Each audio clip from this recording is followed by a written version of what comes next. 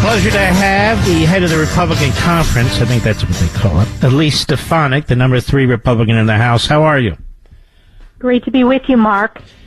What a day. I mean, I have to say, I've never been so furious in my, well, not in my life, but in my recent life. What do you make of this outrageous attack on our electoral system and President Trump? Well, it's just another day, and it's not a coincidence that there is a sham indictment on President Trump the day after bombshell testimony from Hunter Biden's longtime business partner, who testified that Joe Biden attended over 20 meetings related to the illegal, corrupt business dealings of Hunter Biden. So this is the day after, but this is what we've seen for the past few months, Mark, that when there is bombshell testimony that continues to expose the corruption of what I believe is the greatest political scandal in my lifetime, that is the Biden family corruption, then the DOJ gets weaponized against Joe Biden's top opponent, which is Donald Trump. So they're trying to suppress the will of the voters and meddle with the election using the Department of Justice to do so. The Department of Justice is now utterly corrupt. I think a lot of people will agree with me now that our electoral system has been corrupted as a result of this action today. So let me ask you something. If a candidate's not allowed to challenge election results, if they're not allowed to speak out about election results, if the government disagrees with the legal advice they're getting from various lawyers, and those lawyers are going to be indicted on top of it, if they're going to dust off statutes that have never been used, ever, for this sort of thing, and one of them has to be about 100 years old, it's all lost if we don't win and take this thing back, because they're only going to get stronger and stronger and more intimidating, aren't they? Well, it really speaks back to when President Trump ran on the drain the swamp mantra in 2016. He was so right, and I don't even necessarily think that the American people knew just how right he was. Now we know. We know that it is truly corrupt, and we need to get rid of the rot in these agencies. But you're exactly right, Mark. If we don't have the constitutional freedom of speech, if we're not able to, as candidates, elected officials, or everyday American citizens, speak out about election integrity, election security, we don't have a country. We don't have the United States of America as we know it. So it is incredibly important for people to wake up, and I think they are in so many ways. That's why you're seeing Biden's poll numbers plummet and Trump's numbers continue to go up. And unfortunately, as that happens, the Department of Justice becomes more and more weaponized and politicized as an arm of the Biden campaign. And so are all these other agencies. I'm looking at this executive order Biden issued almost as soon as he stepped into the White House. It was written by Democrat Party operatives and radical operatives, weaponizing the entire federal government to turn out basically the Democrat Party base. And there have been efforts to get more and more information about this, blocked by radical left-wing judges like Beryl Howell, who has since taken senior status and so forth, FOIA requests for the information. It's like pulling teeth. We actually have federal resources going to organizations out in the states where they are registering, pushing for the registration of individuals who help make up the Democrat Party base.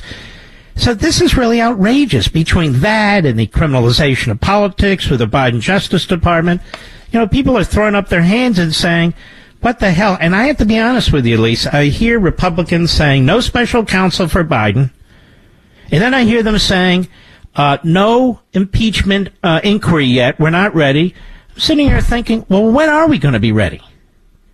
What's it going to take? Mark, I've been very forward-leaning, so I support impeachment inquiry. I am in conversations with all the members of the conference and also with Speaker McCarthy, who has said himself that he believes impeachment inquiry at the right time is it's a constitutional responsibility that Congress must undertake as part of our oversight. It's a tool laid out in the Constitution, and unlike the Democrats who weaponized impeachment, these are significant corruption scandals of anything we've seen in my lifetime that we're seeing with the Biden family.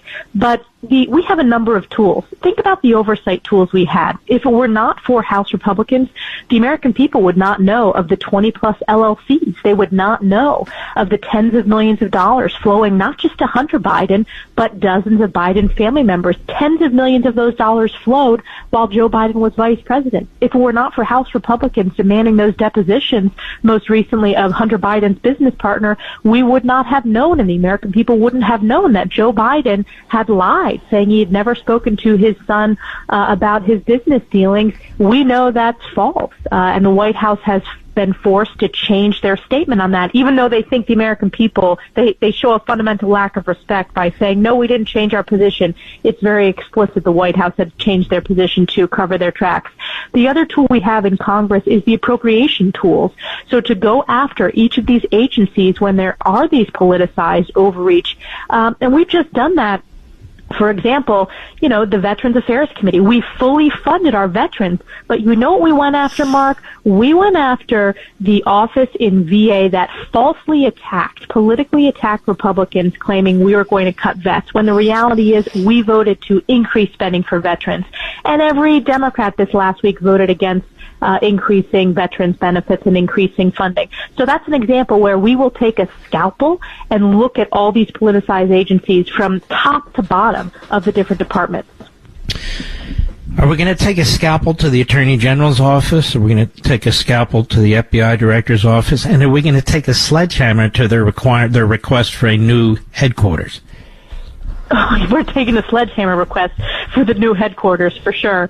And, I've been one of the most sort of forward-leaning when it comes to corruption at the highest levels of the FBI, going back to my questions of Director Comey, which really started the unraveling of the Russia hoax. And this is, years before the phony impeachment led by Adam Schiff, particularly with Chris Wray, not only the FBI's refusal to respond to congressional oversights, but holding them accountable. On local issues, I've been able to hold the FBI accountable and demand transparency, and on the national issues, we need to do that as well. So, yes, not just a scalpel, but a sledgehammer to some of these agencies that are, completely run amok, that have been weaponized, and there's a rot. And what's really sad, Mark, is we had witness testimony from whistleblowers within the FBI, our incredible law enforcement officials who are not the political appointees, but are coming forward saying that what is happening is not right. And what does the FBI do? They target them, and they silence them, and they threaten them. Again, that is un-American, and we need to make sure that we go after this in the appropriations process to make sure that we address this political malfeasance and return to the actual focus of the FBI, which is the rule of law, which is not what they're doing today.